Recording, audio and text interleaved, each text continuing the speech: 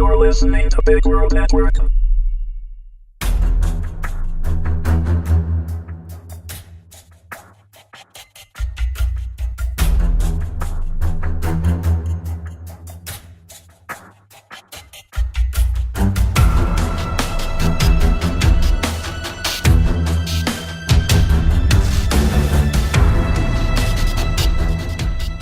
Bloodshot Buck, Episode 1, written by W.H. Wood and Mitch K. Allen, read by Willow Wood. Ava swung her duffel across her back. The boys were already in the aisle, 3 bright faces eager to escape the shuttle confines. Her heart thundered with excitement. No one knew what to expect, what the colony would really be like. The docking bay echoed and clanked outside. Hissing, droning, whining still filled the walls. For 3 months, Ava had felt her excitement whittle away with boredom, watched the stars swirl in the unapproachable distance, a growing fever inside that she'd be stuck with these boys forever. Today, they finally arrived at the synth quarter. Her blood tingled with anticipation. "Stand clear of the door," said a cool female voice. Light blazed through the hatch, burning white compared to the soft cabin glow. All 4 rookies blinked at the change, but eyes watering, feet itching, Ava pushed to the front and ducked out of the darkness.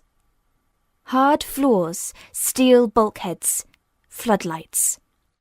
A translucent shield rippled overhead, keeping the atmosphere from being sucked into space, and mighty clamps held their shuttle in position. Ava ignored all this. She only had eyes for the military personnel in their crisp, pressed uniforms at the end of the ramp. Waiting.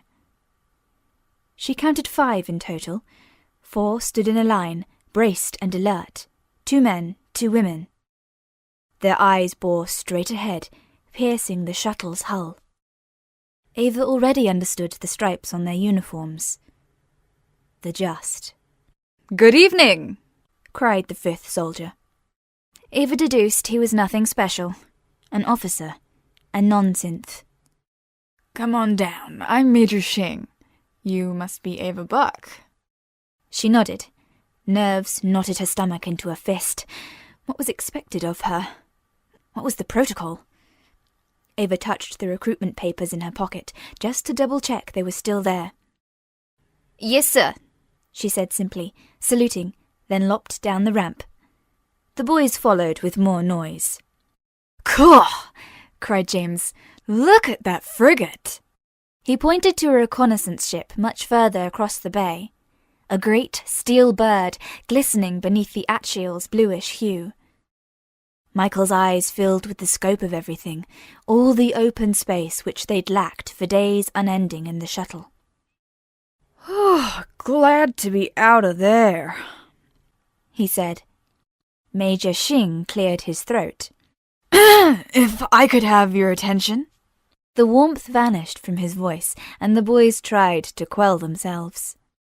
Ava braced, copying the Justicates behind him, who hadn't so much as sniffed. Major Shing held out his hand. "Do you have your papers?" There was a rustling and an upstart of murmur again. Ava tried to smooth out the edges of her crinkled form before relinquishing it. She'd neurotically kept it safe the whole journey. Letting it go felt like handing over a kidney. She took a deep breath and grinned. There was nowhere else she'd rather be. "Thank you," said Major Shing, papers now collected. He had already judged their worth. Ava could see it in his eyes. "Welcome to the synth quarter. It's a pleasure to have you with us. I realize you've passed 2nd-tier training, but from now on you're rooks again. I don't care what you've read about us. This is a top security facility. You don't know anything about what's in store for you. Not really. You will do as you're told. Private Gibson, pay attention." Michael's smirk fell, and he ceased whispering to Daniel. Pride bubbled inside Ava. At least she wasn't the first to cock up. She didn't fancy being sliced with Major Xing's sharp, reprimanding tone. You are training to be more than Marines, he continued. You're training to be synths. Maybe even justicates one day. He gestured to the statue-still figures behind him. They each held their nose a little too high for Ava's liking. No, not all. One of the women, the slightly shorter one with cappuccino curls, seemed distant. Blank. Training here is more isolated. Look at each other's faces. Meet your new best friends. Ava glanced at James and winked. But before you train together, you'll be under the direct instruction of one of these justicates, and you will worship the ground they walk on. Understand? Now, before we get to that, any questions? Ava raised her hand. When will we get the mutation? The cappuccino justicate awakened, her eyes flickering to Ava. Not for a few days, said Major Xing. We do blood tests first, just in case. Anyone else?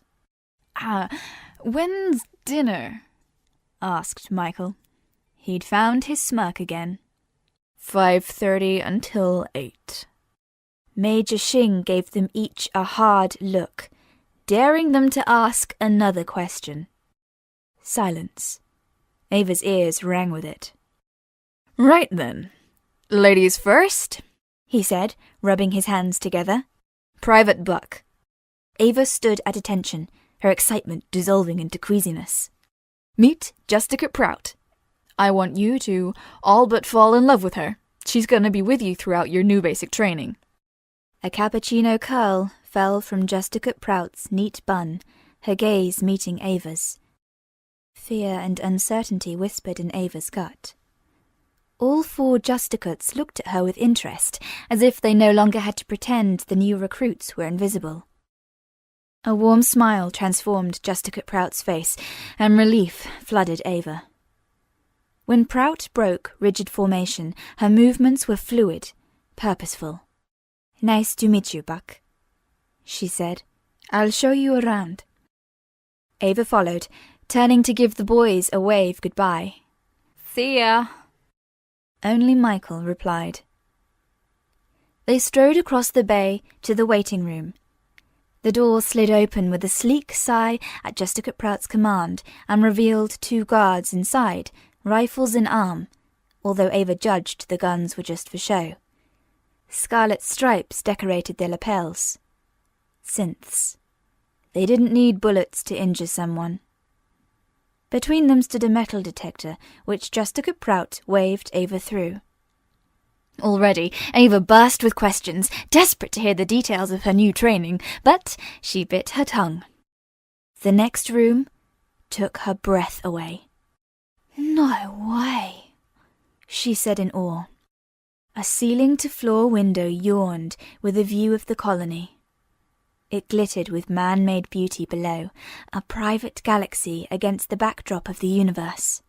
An atmosphere dome stretched over the buildings, constructed like a puzzle of hexagonal panes. The base was obviously military. Every road, tower, range, and facility had been plotted out in grids, screeching of organization skills that went beyond the civilian colonies on Mars. Justicate Prout let her drink in the sight. Is this the whole base? Ava asked. No, the family quarters are behind us. You gotta love living here. Man, I hope my quarters have this kind of view. Her joking didn't elicit quite the reaction she hoped for. Prout's smile grew tighter. Maybe joking was off limits with her. Ava planned to work on that. I'm afraid not. So, where first, Justicate? Prout gestured for Ava to follow her through the whitewashed corridors, the walls sporadically painted with stark red emblems, splashes of meaning Ava had yet to learn. She only knew a few, one most importantly. The main emblem, a jagged knife like a lightning bolt, a white star beneath its hilt. The sign of the just. Technically, you shouldn't call me that, Prout said. It's Justice. I'm not a full Justicate yet. Just in training. Justice Prout? Ace! What's training like? That's gotta be cool. Yes. Her bland answer sank like a stone between them. Ava had been duped. She'd got the boring Justicate. Or maybe all of them lacked social functions. Perhaps that was necessary, thinking about it. Please, don't call me Prout either, she said. I hate it. NENI-LOHI is a bit of a mouthful, but Neni is fine. Whatever you say, ma'am. Ma'am is okay, right? It's got to translate across the board. At last, a chuckle. Yes, that's fine. What kind of name was NENI-LOHI Prout? Ava couldn't place her accent, her features, or her heritage. Her voice was a car crash of French, American, and South African, but everything else seemed Hispanic. Hell knew where her name came from. Ava shook her head, trying to focus on Neni's words rather than her sound. At ground level, they hopped into a transporter, and it drove them to the next building on Neni's tour. Ava wished she could feel the wind on her face. A craving for fresh air crawled into her chest and sat there, heavy, maddening. Leaving her duffel in the transporter, Ava was shown the mess and the classrooms. Next, the shooting range and the parade square. Finally, Neni took her to the practice building. There were no windows. Floodlights glared across its outside surface, flattening its nooks and grooves like a drawing caught between two worlds. Painted over the entrance was one red symbol, clear for all to see. A 5-fingered hand with white veins snaking across its palm.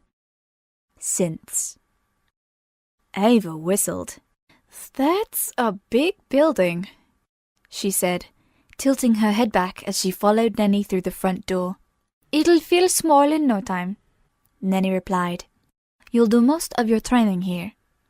And you'll be teaching me?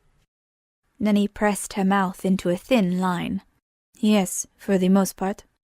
Don't sound too pleased, she thought, rolling her eyes.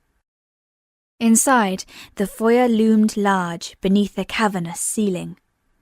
Orange electrical currents pulsed between the spotlights, relaying cybernetic information in and out of the building. Glass walls flanked them on either side, beyond which Ava could see a state-of-the-art gym. Oh, this place is amazing, she cried, watching a Marine sweat it out on his treadmill. I could get used to working here real easy. Well, I hope you enjoyed the gym. Taking care of your immune system will be a new constant pain in the ass. Ava choked on a snigger, never expecting the word ass to leave Justice Prout's mouth. Yeah, guess I never thought about that. What's it really like? Being a Justicate, I mean. Is it like on the vids? 'Cause it totally looks like you're doing magic. I still don't understand how the mutation works. The boy behind reception checked Neni's ID, then lowered the field that blocked off the corridor leading to the building's main interior. A yellow and black hazard line marked the floor, sending a shiver down Ava's spine as she crossed over, glancing back to read a sign above the doorway. Using blood is prohibited beyond this point. I'm no scientist, Neni was saying. For all I know, it is magic. They give you basic lessons on biology and physiology, but it never stuck in my mind. Let me know if you have more luck. Sure thing, Ava laughed. Have you seen much field action yet? What's it like having more power? She instantly regretted asking. Neni looked away, watched her feet, and her smile bent into a frown. Perhaps someone or something was troubling Neni about her training. Being a Justicate, even a green one, had to mean intense work. It's painful, she replied. People forget watching those vid shows. It's not like that. It hurts. In theory, Ava had always known that being a synth would probably hurt. She'd have to cut her flesh, for crying out loud. Her blood would be her newest weapon. But the recruitment vid had promised no agony. She'd assumed that had something to do with the mutation itself, a useful side effect also taken from the ones who'd given humans the DNA samples to begin with. The migrant fleet. Aliens. Her blood would soon be her rifle. Ava must have looked as sick as she felt, because Nenni forced a smile and straightened her shoulders. Only for justicuts, though. The best part about being a synth is the pain meds. Come on, I'll show you where the drug counter is. Pain meds didn't sound too bad, so long as it wasn't horse tranquilizer. As Nenni led the way to the drug counter, Ava thought of her gap-toothed grandpa whistling on about the old days, the Brazilian crash, being a real soldier. Hundreds of stories, some including how he'd eloped with Grandma, but Ava's favourites were those about his galactic service. Best of the best, a frontier soldier. Ava planned to make him proud. All of them proud. Her small town in Queensland could only be visited in photos from now on, but that didn't matter. She wanted to be a synth. The drug counter hummed with activity. Ava heard the queue before she saw it, an adequate line of men and women, papers in hand. 2 nurses behind the counter checked documents, stamped forms, and handed out a chunky box of pain relief. Those on active duty burn through meds pretty fast, Nenni said, while others have lingering side effects. Some people's body rejects the mutation. What kind of side effects? Kidney failure, migraines and dizziness, needing anticoagulants, frequent fevers. You'll be tested for compatibility, of course, Nenni reassured her, but sometimes it's not enough to know for sure. Getting cold feet yet? A sharp chill crackled down Ava's spine, but she shook her head, stood taller. No way, ma'am. One synth turned to leave the counter and noticed Nenni stood at the end of the corridor. He blanched, then snapped to attention and saluted. Ma'am, he said. Nenni nodded to him. Carry on, she replied. He hurried past, not without drawing notice from the rest of the queue. It had a domino effect, and soon the entire line paid respect to NENI-LOHI. At ease, synth. Sirens split the air, drowning out Nenni's appraisal. It was an odd, tinny sound with a frequent tempo, like a high-pitched ping of a ship's navigation. Nenni jolted, alive with purpose, and a wild look in her eye sent Ava's heart rate tripping. Nobody move! Nenni bellowed, making Ava jump. She'd never expected such a deep, stern note could come from her. The queue fell silent, froze in place, and everyone watched her as if Nenni was the centre of a solar flare about to burn them all alive. Swift and sure, Nenni turned on her heel and left. Does that include me? Ava called after her. No reply. Not even a backwards glance. Taking a deep breath, Ava followed her anyway. She had to know what was going on. Around the next corner came a bubbling, whirring cubic drone. It shone with blue holographic light, its square body pulsing with data. Nenni stumbled to a stop, and the drone hovered before her, bobbing up and down. It scanned her face with a beam of light. Justice Prout, it garbled. There is a matter that requires the attention of a justicut in room 102. Please assist. Acknowledged, Nenni said, batting it out the way. She took off at a run, and Ava sprinted along behind, every atom of her being alive with excitement. She hadn't run in so long. Her legs throbbed, itched, and seethed. They'd been swollen since arrival, but she ignored it, impressed by Nenni's speed. Justicut! Cried a man's voice, his words growing louder with every footfall. Someone get Justic! They rounded the corner, and the man's cry died on his lips. Glancing at his lapel, Ava noted he was a sergeant. She thought he paled at the sight of Nenni, but maybe he was always this pallid. The instructor sergeant stepped aside of the doorway to room 102 as a wicked screech sounded within. Bitch! Say that again! Screamed a woman beyond the door. I can't stop them, the instructor said to Neni. Another ragged, panting scream. The instructor said no more as Neni squared her shoulders, set her face in stone, and strode into the room. Ava peered in, one hand gripping the doorframe to steady herself. Blood ran slick across the walls. A man and woman, maybe Ava's age, darted like animals around the room. Deep welts marred the woman's face. Her opponent clung to one of his arms, useless. Growling, the woman dragged her hand over her cheek, scooping up blood, and threw her arm out. The meagre liquid stretched and arched into a jagged spear. The bloke released his dislocated arm and dived aside with a flourish of his hand, but Ava saw no returning fire. All this happened in seconds. Neni stood her ground between them and threw up her arms. "Cease!" Her voice rang like steel. Everyone froze. The blood spear paused mid-flight. Red droplets floated like a solar system. The man's reply attack, Ava realized, blood bullets. And in the center of it all, there was Neni. Her hands clenched, arms came down, and blood hit the floor with a harmless splatter. "You're lucky I'm only a justice! What the hell are you playing at?" The mutilated woman lurched like she'd been jolted with a stunner. "He's been—" "Don't speak!" Ava's excitement shriveled up in the pit of her stomach. She couldn't take her eyes off Neni, couldn't stop the tremor in her limbs. Tiredness. It had been a long, long day. Tiredness. "Both of you, hands behind your heads," Neni ordered. They complied, staring at her like caged animals, wary and still simmering with anger.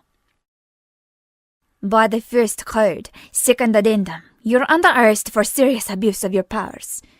It is likely, when a senior justice arrives, that you will be judged and sentenced for demolition. You have the right to remain silent. Anything you say or do may be used against you in a martial court of the just. Now, out into the corridor. On your knees, facing the wall. I will force you, if necessary." She raised her palm to them, a warning, and Ava had seen enough vid shows to know that a justicate didn't have to touch you to make you move. You just had to be bleeding. Ava stood back as the arrested synths passed her and did as Neni instructed. When Neni came out after them, weary lines softened her face. Her stony resolve was gone. "You should leave," she said softly, avoiding Ava's gaze. "Gimbal, will you take Buck to the transporter and show her to her room?" The cubic drone from earlier zoomed closer. Ava hadn't even noticed it was there, hovering down the corridor.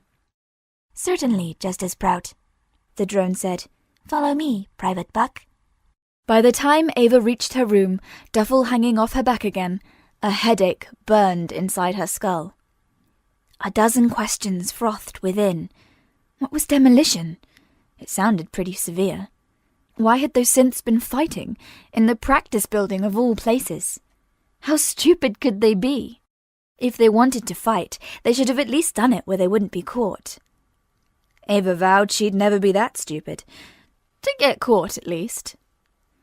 God, Neni was cool. "Dinner is at 5:30, said Gimbal, flying around the small room. There were 2 sheltered bunks, a wall of lockers, and a table in the center.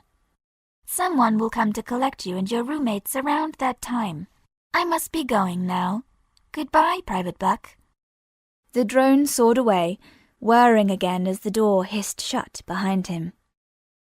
Ava threw down her bag, yanked off her boots, wiggled out of her pants, and fell onto her new standard-issue bed. She scratched her legs, rubbed them until they turned red, still itching from the change in pressure.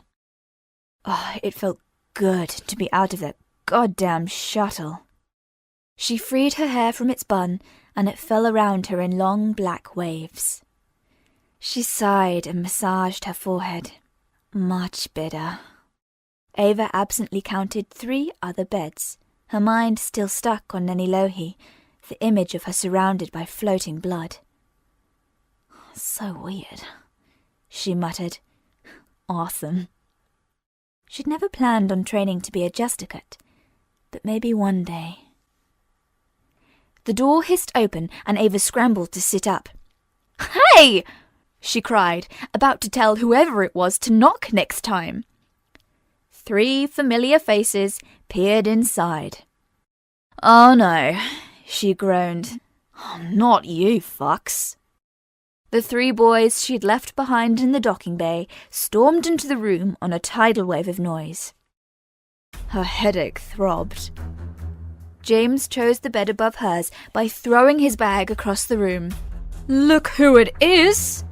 he cheered, unbuttoning his uniform shirt to show his thermal top beneath. "My favourite sanguine marine." With a loud, poignant moan, Ava buried herself under the covers and rolled to face the wall, secretly pleased to see him.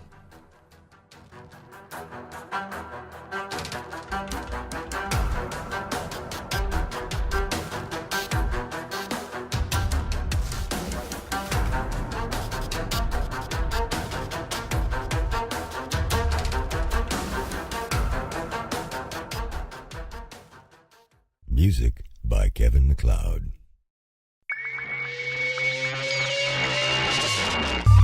You're listening to Big World Network.